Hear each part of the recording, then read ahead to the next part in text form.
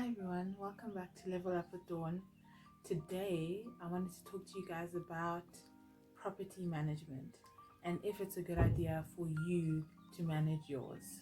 Before we get into this video, please subscribe down below, it really helps me. This topic is not one that I see a lot of on YouTube, so I thought I'd talk to you about it and explain why for certain properties I manage them myself and for other properties I allow a rental agency to manage them. I think the easiest way to help you understand what is involved in the management of a property is to take you through the whole process of getting a tenant and keeping that tenant. So step one is listing your property for rent, and that means making it visible, making it known that your property is available for rent. So you can do this through word of mouth, you can do this on the traditional platforms like Property24, Private Property, you can list it on Instagram, you can list it on Facebook. It's up to you wherever you want to do it, but that is key, because you won't get a tenant if people don't know your apartment is available for rent. Some sites allow you to list your apartment for free for a certain amount of time, but then after that you do need to pay to have your listing on that website. So that's the first instance when a cost comes in. Step two is viewings. You need to make yourself available for each and every potential tenant that wants to view your apartment. You may have set viewing times, but that may narrow down the amount of people who can see your apartment. So you may be forced to be flexible with your viewing times just so that you can get as many people looking at your apartment. If property is not your main business and you do actually have a 9 to 5, this can prove to be really difficult. So in that instance, it may be beneficial for you to have a rental agency helping you out in this regard. Step three is the process of applications. So a tenant will have to apply to live in your apartment. They will have to fill in an application form, give you all of their details, bank statements, ID number, so that you can do a credit check. Doing a credit check is not for free. There are services out there that give you that you can pay a subscription to, and you are given a platform where you can access the records of tenants, the recommendations from different landlords, but that again is something you do need to pay for. Once you find a tenant that you're happy with, then you need to go through the process of drawing up the lease agreement and getting it signed.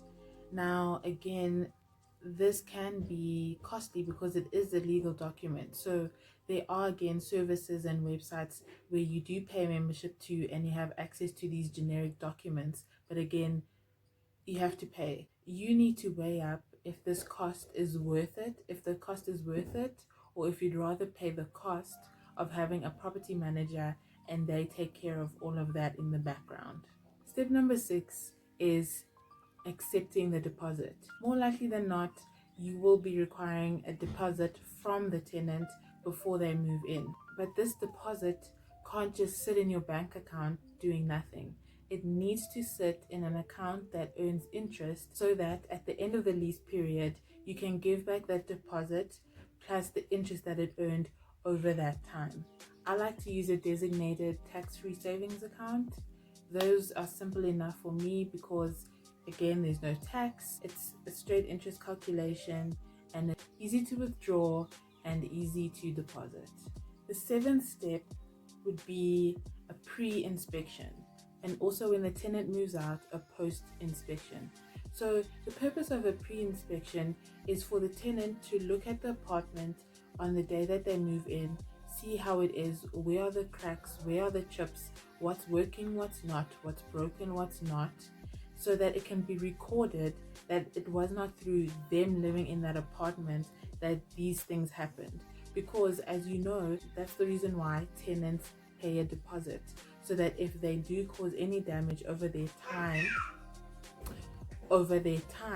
living in that apartment, the deposit goes to repairing those damages, except for a few.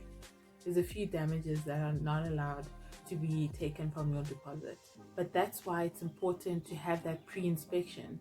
So then at the end of the lease period, when you do the post-inspection to see what is broken, what is chipped, what needs to be repainted, what was cracked, you compare that with your pre-inspection to see what was already existing and then what is new.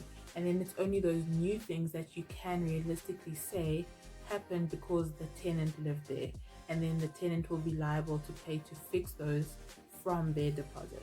The last step is just managing the property as a whole. When the tenant is living there, there may be issues such as the water's not working, the toilet's not flushing, something has broken, the stove is not working, the oven won't switch on. So if you are managing the property yourself, then you will be getting all those calls. You will have to fix all those things. You will have to find contractors or find plumbers or find repairmen who can fix things that your tenants are having issues with. This is when managing a property becomes difficult, because these things can crop up at any moment in time. And if you aren't doing property as your full-time job, it's difficult to manage that with your day-to-day life, because those things will need to be fixed during the day. They don't get fixed after hours. A lot of buildings have regulations around outside work coming in after hours, any painting or knocking or hammering happening after hours. So you probably wouldn't have the opportunity to oversee those things and to make sure that it's actually being done. So then that's where a property manager really is important, because that's their job. They can have people out there making sure that the job is done correctly, whatever it is. So personally, I do manage some, but also there are some that I prefer not to manage. And that's because I do it based off of neighborhoods that I know. There's certain neighborhoods where I have contractors there that I've used before and that I trust. And so I know who to call whenever anything happens.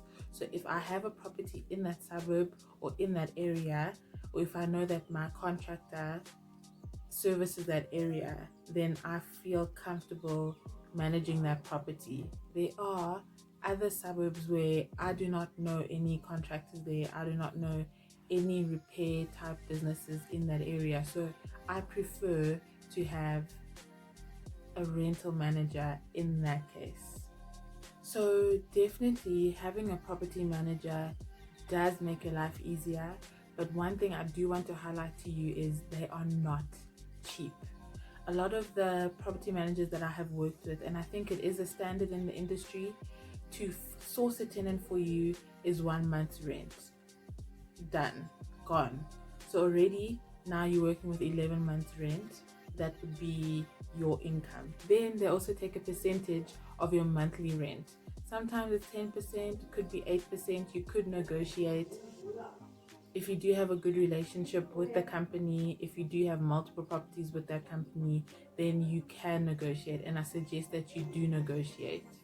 Another thing to note is if you sell that property while it is under the management of that property company, then they get a commission of that sale. So then they will act as your real estate agent in that sale. And that's written into every contract. Well, at least every contract that I have seen. So it really is up to you if you feel comfortable doing it by yourself, or if you feel you would rather have a property manager. For my first property, I didn't have a property manager, but then I did buy a property that was already managed by someone. So I just decided to extend that contract. But when I got a new tenant, then I did decide to take over the management, because by then I had learned the suburb and gotten trusted contractors in that area. It may be a good idea to get your property managed for the first year, just so that you can ease yourself into it and then later on take on the management yourself. Or you can just go in head first and manage it yourself, because that is how you're going to learn, and that is how you're going to find your feet in this market as a landlord. If you do have properties, comment down below if your properties are managed by yourself or by a management company. Also, if you are on the journey to buying your first property, comment down below if you do feel comfortable managing your own property and why. I'm going to stop this video here. I don't want to make it too long because I can go on forever. But if you liked it, please give it a like, please subscribe and share this video. I'd really appreciate it. Thank you for watching, and I'll see you in my next video. Goodbye. Before I get into this video, please subscribe down below. Yeah, just subscribe. Just subscribe. Thank you for what?